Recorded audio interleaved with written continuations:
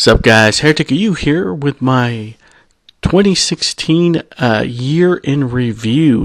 So 2016 was the year that basically everyone got offended by everything. It was almost like there was a contest in which somebody would take, I don't know, the most non-offensive thing and apply some sort of template to it to sort of make the case that it is in fact problematic or offensive. From science to movie trailers to string cheese, everything and everyone was offended by something. And this year, Tabletop did not escape the guise of the offended by everything crowd. This year we had articles like Sexism in Board Games, and it's not just video games, tabletop gaming has a harassment problem too. So I thought it would be kind of fun if we took a look at a couple of these articles and kind of, I'm going to show you that they're taking kind of arguments used against other mediums and kind of pasting it and trying to apply it to the tabletop games or the tabletop community, and it just doesn't quite work out. So let's get into our first article. 3 actionable ways to make gaming culture safer. So I'm not going to read the entire article, okay? But let's just say the first paragraph describes the author's experience working in a game store. And she was approached by this creepy guy. This creepy guy just starts following her and, going to her lunch breaks and, eventually tries to film her doing a battle report or something like that. And it got to the point where she had to hide from this guy, like in the back room store. So let's look at the 3 things that we can do to stop this from happening. In games and in gaming spaces. Okay, so I don't know if she's talking to game developers when she's talking about normalize the presence of women and people of color. The reason why this doesn't quite fit, this is an argument that's been used for video games, right? Too many video games they don't have ethnic characters or female characters as the lead for the AAA action titles. If we're talking about tabletop games, the argument doesn't quite make sense because if we're talking like 40K or whatever, I mean, you could paint your Space Marines whatever ethnicity you want. You want all black Space Marines. You could paint them all black Space Marines. No one is going to stop you. GW is not going to come, send you a cease and desist letter because, you have ethnic Space Marines. Same goes for if you want female Space Marines. I know a lot of people will say, well, it says in the fluff that, Space Marines are only guys, but they're your models. You could do whatever you want. It's your game. That's what the distinct advantage of tabletop versus regular, video games. We're not limited by the programming of the game. And as far as Space Marine models go, if you're the type that is offended by boob armor, then Space Marine armor is perfect for an all-female chapter. Because, it could be a man or a woman underneath that suit. You could always, you can always say that. Now, if you need the boob armor, there's a lot of things you could do. You could, proxy Sisters of Battle to be Space Marines, or play Sisters of Battle, or go third party, and there are other manufacturers that make, women Space Marine models. I mean, this is not a problem per se in tabletop wargaming because, like I said, customization is only limited by your imagination. Okay, so we go on. We're mirrored in a culture that depicts women as prizes, refusal of resistance, sexual advances as foreplay, skin color and markations of color, Latinx. Okay. I don't know any Latinx's, but I am married to a Latina. I think that's what they mean. Maybe the X is like could be male or female or non-binary. I don't know. Muslim, etc. as identifiers of the enemy. Okay? Even in those in the highest public office. Alright. That's why depictions in games matter, because people in public office will be influenced by who your Space Marine chapter is represented by, apparently. Again, how does this relate to the creepy guy in the game store? I don't know. But let's continue on. The games, if you hear some weird sounds, that's my cat eating next to me. But I digress, okay. If the games we play perpetuate sexist, racist, and homophobic tropes, that's not exactly helping to fix the problem. For those in the business of producing games, so I guess she's talking about game producers now, that means being mindful and thoughtful of how you depict people in your games. Do you have women that only exist as support or prizes? I don't know any tabletop games where the woman is the prize. Like War Machine. If you win War Machine, you're not capturing women, or Infinity. That's not happening either. Let me see. Super Dungeon Explorer? No. Zombicide? No. Settlers of Catan? Ticket to Ride? No. Maybe Dungeons and Dragons. Maybe your DM has you rescue a damsel in distress. Maybe that's it. That's a pretty lame dungeon master, if you ask me, if that's what he's come up with.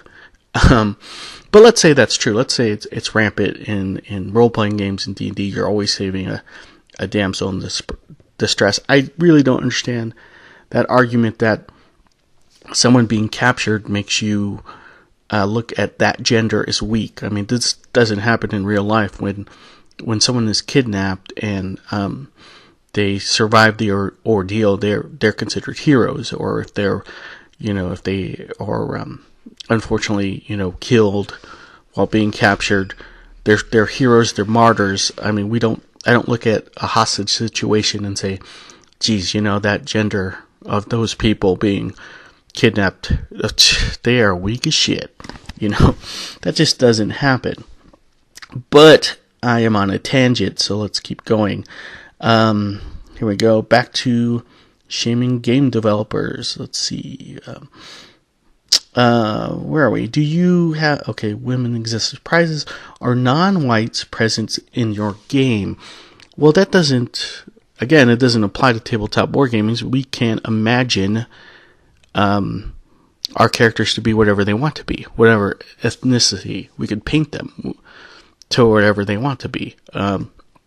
In a role-playing game, if you want to play a Chinese paladin that's non-binary, there is nothing stopping you from doing that. So again, I say that this argument is meant for some other medium, and they just kind of put it here. And again, it doesn't address the problem of creepy guys, so I'm gonna just keep reading here. If your game has the relationship mechanics, are the only ones normalizing heterosexual ones? I've never, no, even in Last Night on Earth, you can have, dudes or women having the bumping of the uglies, so I don't see the problem there. Think about your games and how they are perpetuating harmful tropes. That'd be, I guess, if they were, but I would need a citation here.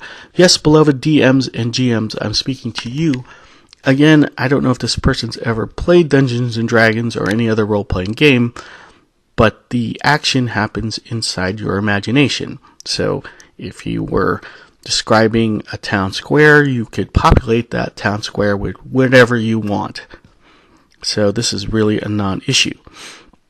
For those who are involved in facilitating gaming and discussions around gaming, it means including voices and discussions about gaming that include these voices, and not just panels talking about these demographics. It's great to have women in gaming in your panel at your convention, but do you make an effort to include women panels that aren't specifically about women? Yes.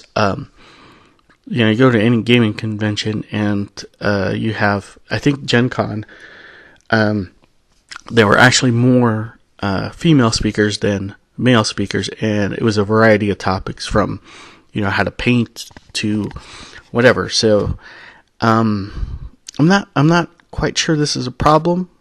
So yeah, moving on. Harassment and empower the community you serve to enforce them. I have no problem with this, and this actually connects with the first part of the article, so it's pretty good. But every store I've been to, every convention I've been to, has a policy on harassment, so it already exists. For the most part, people don't like being sued, so if you don't have that policy, it puts the store owner at risk. It puts the convention owners at risk, so they normally like to cover their ass. And especially when it comes to the harassment on the basis of gender orientation, religion, and race. Now, there are, of course, incidents where people shit talk and maybe say some slurs or whatever. Usually that's put under control because, unlike online gaming, which this sounds, again, like it came from the pages of, Arnita Sarkeesian, tabletop gaming is unique because the person is standing right next to you. So if they say something inappropriate, you can punch them. And so most people are mindful of that, and they are more cordial just because of that, right? I mean, the point of being online is that you, the reason why most dicks are online is because they have the power of being anonymous behind them. You can't reach them, but that doesn't exactly work in this space, and that's why it doesn't usually happen in game stores. There have been times, I will admit, where people have lost their temper, but again, every store has a policy, and they usually break that stuff up. Okay, if you administrate a game space, whether in a game store or convention, publisher, or a booth or gaming table, you're in a place not only to create policies, these already exist, all right? Empowering those within the space to help enforce it.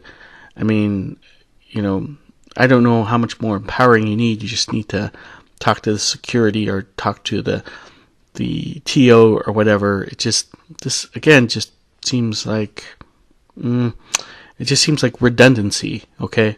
It just seems like this stuff already exists.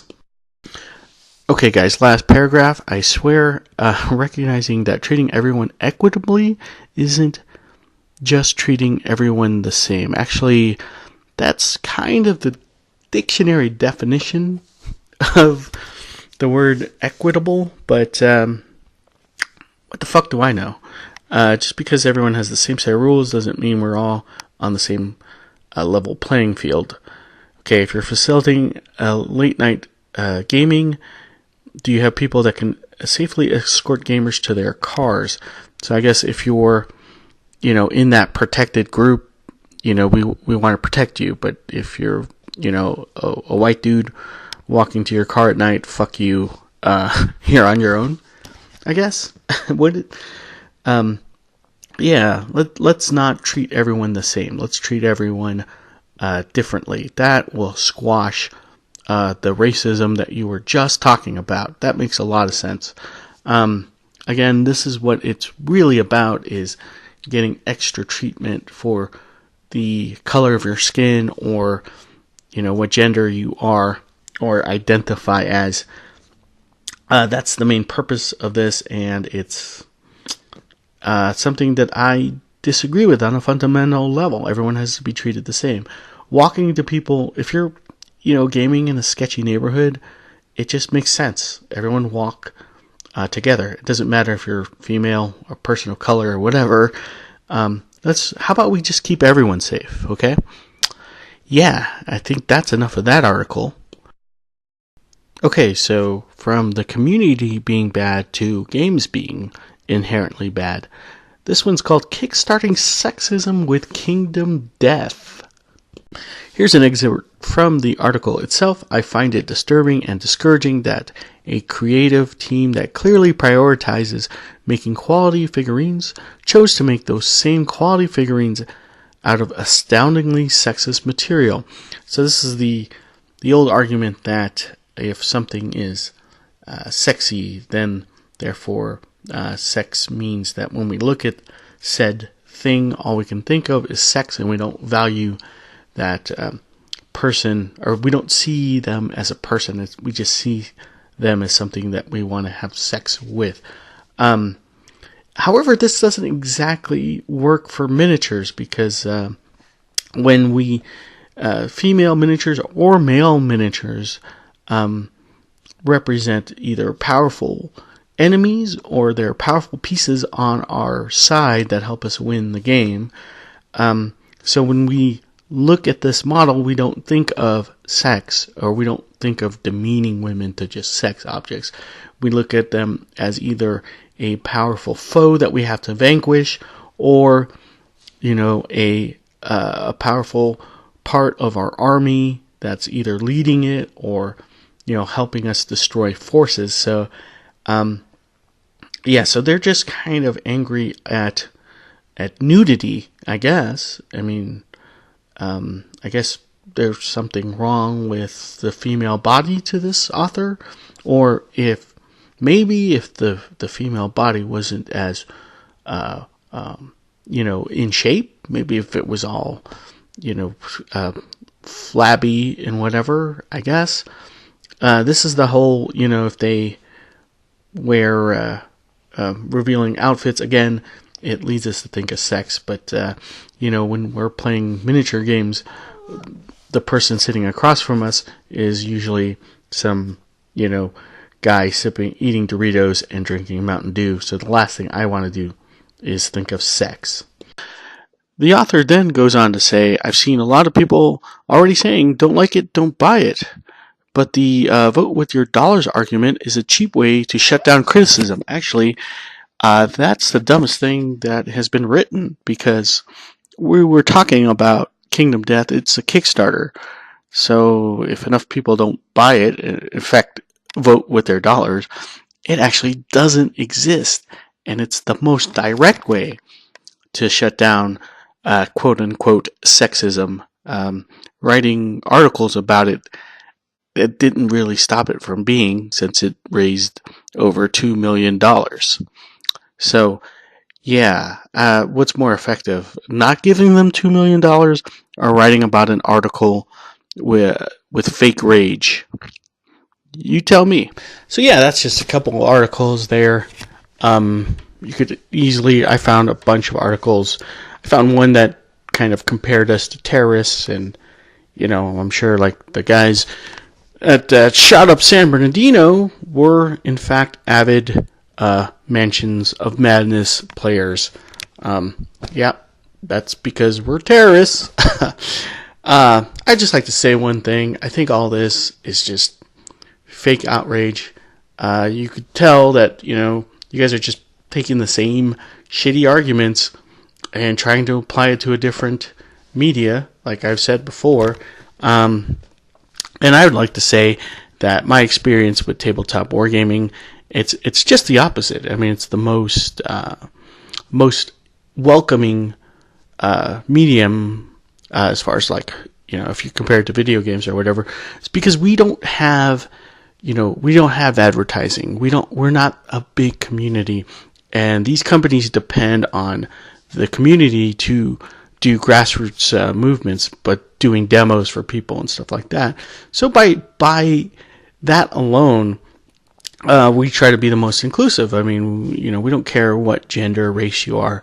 When you spend, $200-$300 on an army, you definitely want someone to play with, so you do whatever it takes to grow that community. So, by default, cutting people off just isn't in our best interest, and so I'm just calling bullshit on this whole fake outrage thing that you guys are trying to present. And I don't exactly know how to end this video. All I could tell you is that I personally am a person of color, and I've gamed with people of all different races and backgrounds and political affiliations. I mean,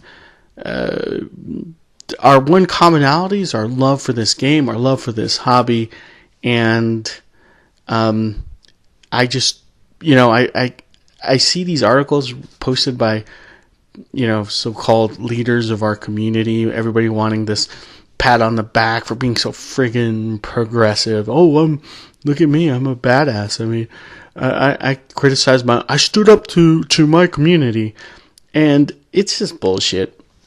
Anyways, that was 2016. I hope, people learn to take these sort of political lenses off, and once you do that, you can actually enjoy games. You can enjoy movies when you do that, and stop trying to see stuff that isn't really there. Anyways, I wish you guys all a happy new year, and I will see you in the next video. It's back to normal. We won't do this political bullshit, but I hope you liked it. I hope, I kind of stepped out of my box for a second there, and I normally don't do political stuff, so if it's sketchy or whatever, let me know. Put a comment down. I won't be offended. I swear. See you in the next one.